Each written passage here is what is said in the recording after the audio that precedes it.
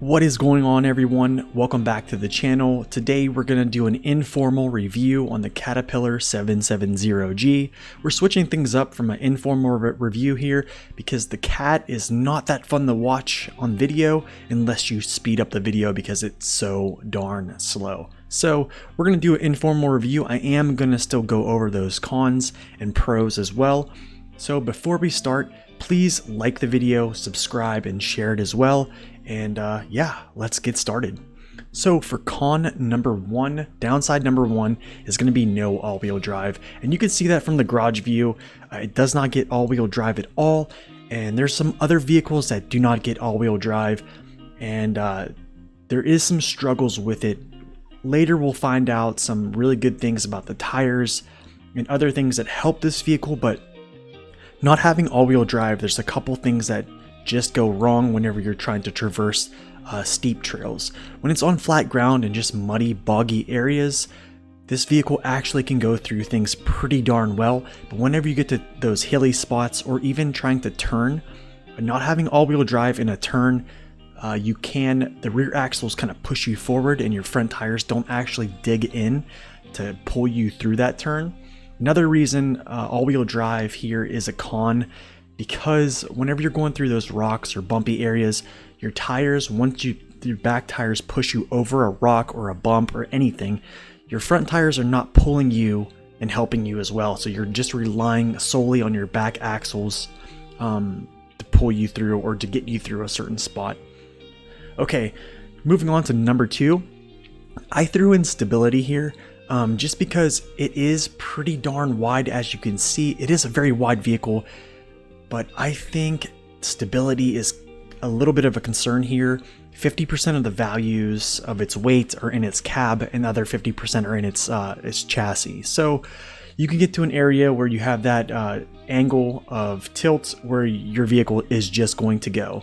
Another thing is the suspension is very stiff, so there's not a lot of absorption from the suspension whenever you're going over certain I guess terrain, rocks, etc. So once you jar this vehicle off balance, it's gonna go. There hardly is any suspension at all to absorb any terrain shock. So that is number two. Number three is the handling and the steering, and I kind of talked about this in the number one downside. The turning is somewhat slow. It's actually pretty darn slow. Its turning circle isn't that great at all, and not having all-wheel drive, like I said, doesn't help pull you through turns. So you can, whenever you cut the wheel on like a full tilt locked turn, you won't get that turning in there as sharp as you want to. And then the steering is just slow. It's almost like if you want to put small inputs of corrections in, you really have to pay attention to your front tires whenever you're steering this thing, having your camera off to the side. That was my biggest concern whenever I was driving, especially at speed, because this thing can get going fast despite how large it is. It's weird because I think it's just due to how large the tires are and the revolutions of the Advanced Special. So they are the largest tires in the game, which we will talk about later. But yeah, you get going at speed, and you can quickly get yourself into a situation where you have a sharper turn in and you'll fly into some obstacles off the road or something like that. So that's something you just need to keep in your mind, in the back of your head whenever you're driving. Just have your camera off to the side, constantly looking at your front axles, and this should be able to handle that rather well. Number four is going to be limited vehicle add-ons. So from the garage view, once again, you can just see it only has the heavy saddle. This is the only vehicle in the game that has the heavy saddle, and this is just meant for that rock trailer that you pull on Yukon here. And yeah, you only pull two of them, and that is the sole purpose of this vehicle being added to the game, was just to pull that rock trailer, which is kind of sad because I was rather excited when I saw this vehicle, another Caterpillar in the game. I love the cat trucks, as you know. But yeah, I'm not really that was basically the only thing. Other than that, the heavy fuel carrier, this can hold 529 gallons. I think it's 2,000 liters of fuel. I use this quite a bit for just a tanker purposes, which we will talk about here shortly on our pros. But yeah, overall, there's not many things that you can support with this truck outside of what it's meant to do, is just haul that rock trailer. Okay, so for number 5 downside, the front overhang, and it has no snorkel. So another thing is you can see the air filter kind of sitting here on the top. Sorry if I bang my table or I'm grabbing my controller, you're gonna hear a little bit of noise in the background, so just forgive me for that. Anyways, here's looks like a kind of the snorkel here, but actually when the water gets up to around here, you actually will take engine damage. So you have to be aware of that. Because you do make crossings. I will show you down here on this spot, whenever you go through, unless you decide to jump through these woods and pull this along the railroad tracks, whenever you dive down into here, right when you get about to here, you start taking little bits of engine damage, because the water does come up considerably high on the 770G, and it is a pretty tall sitting vehicle, and those tires are pretty darn massive. So that's something just to be aware of, to keep in your cross check whenever you're, moving through different areas. And then the front overhang, you can clearly see that pretty much almost half to a third of the vehicle overhangs its front axle here. And you are going to take engine hits. It's not if, it's when. It's going to happen when you drive this vehicle. Because the simple fact that, one, it doesn't have a good suspension to kind of bounce it up before it hits. There is really no angle here, and yeah, you're gonna bust up your front end and take engine damage, but it is pretty, it's pretty hefty, pretty strong. I wouldn't think you're gonna bust your engine up to the point where you can't use it, but just for the purpose of this list, you will take engine damage, so just be aware of that as well. Number 6 is consumption under stress. Overall, the advanced special gearbox does prevent elevated burn values, and I think I kind of mentioned this in other reviews or even on my streams. Having the advanced special gearbox, just because the way it's geared, it lowers your consumption, I think because of rev caps. So there's also the fine tune, and then there's the special, which I would never use the special or the fine tune. That's just me, my personal preference. You can use them, but just know with the fine tune, you might, just because of the way it's geared, you might be able to get away with not using too much fuel, just because all-wheel drive is when you take increased fuel consumption values on the fine tune. But I just use the advanced special, and that's good enough for me. However, whenever you start pulling things, or you get into tight spots, or even heavy terrain, you will see these values of its burn come up considerably.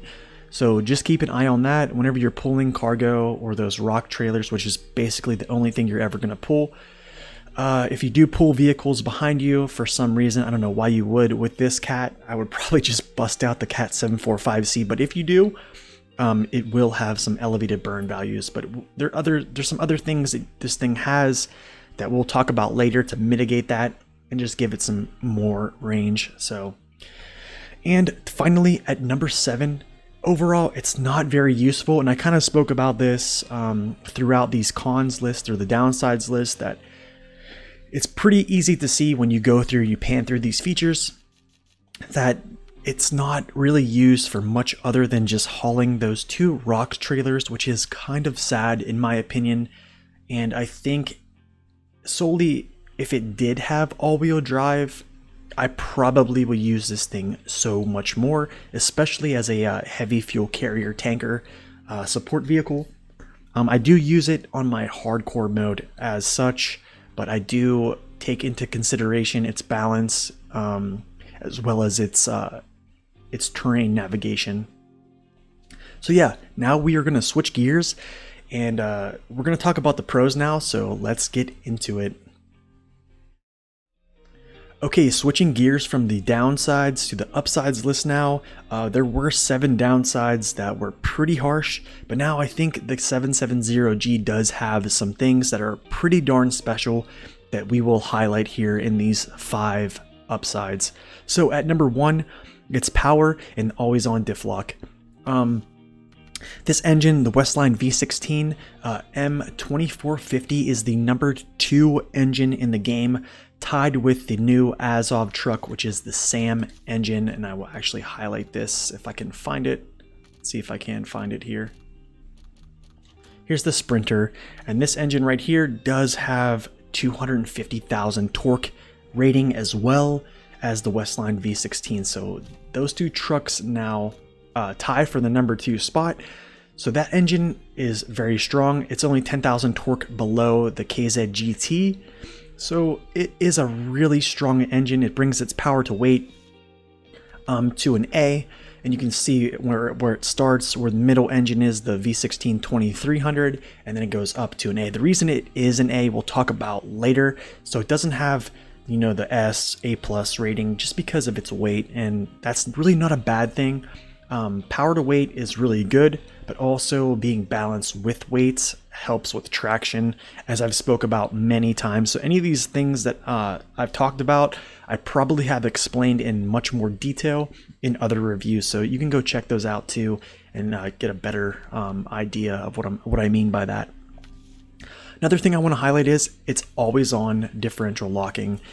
And this is huge because of our next upside here, which is tires. So the combination of diff lock always on and these tires, I think they do pretty darn well, all things considered, even though it doesn't have all-wheel drive. These tires are the largest tires in the game.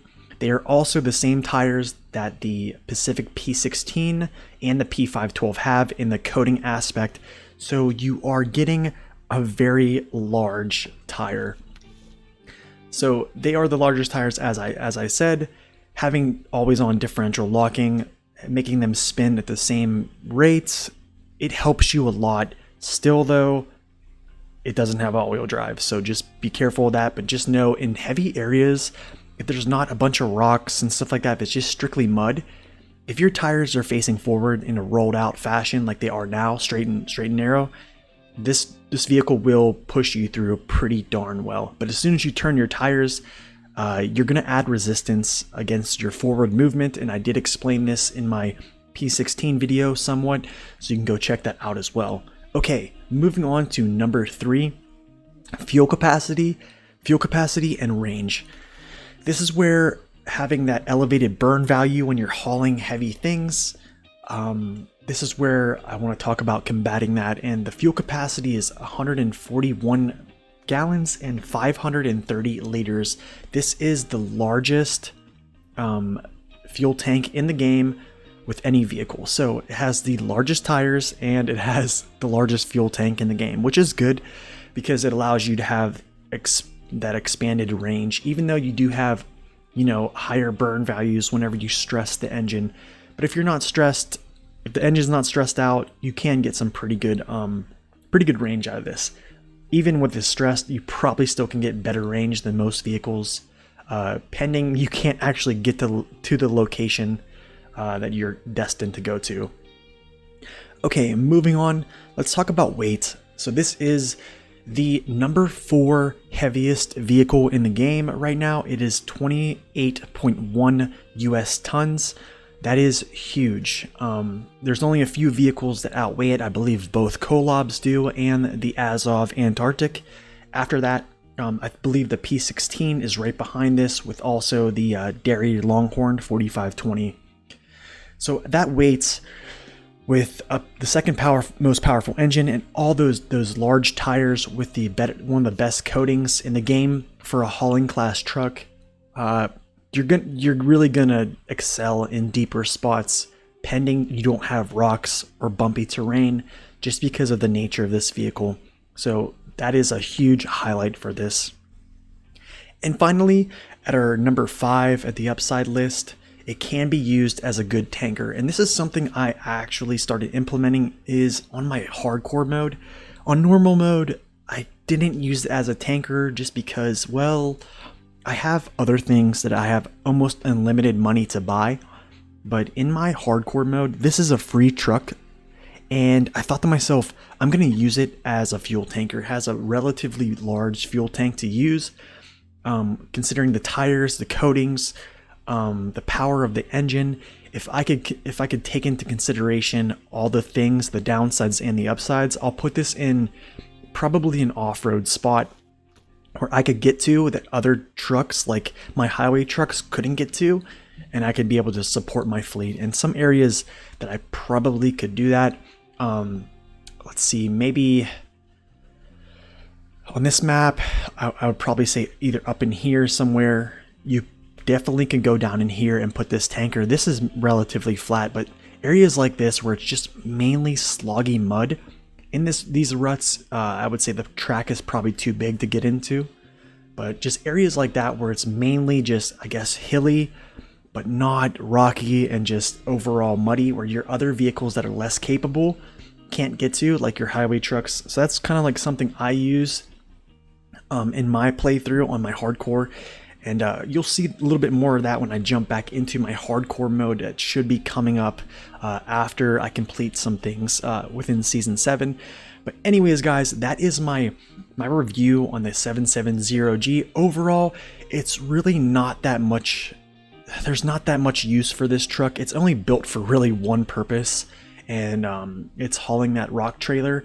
But to be honest, it needs help getting to that rock trailer. And I actually will show that as well. Your first rock trailer is here, and then once you get down to here, there's those rocks that are in the mud, and usually you're gonna have to find or bring a truck that's gonna pull it through. I have gotten through here without using anything. It can get rather tedious and just slow going, but it can be done.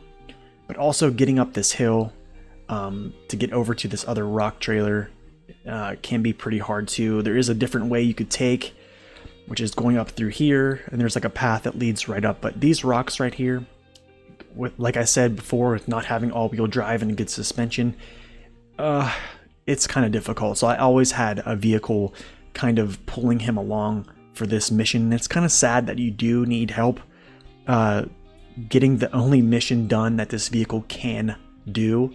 So yeah, that is my review. Overall, I do like it, and I will use it. You will see me use it, but overall, it's not necessarily a vehicle that you must have after you complete the mission, the rock trailer mission. So if you want to get rid of it, you can sell it, get some pretty good money for it. But overall, it's really going to be driver dependent. But anyways, thank you so much for watching this video. Come by the stream if you want to see a little bit more. I can stop what I'm doing and help you out with whatever you guys want to do. So until next time, have a wonderful day, everyone. God bless and stay upright.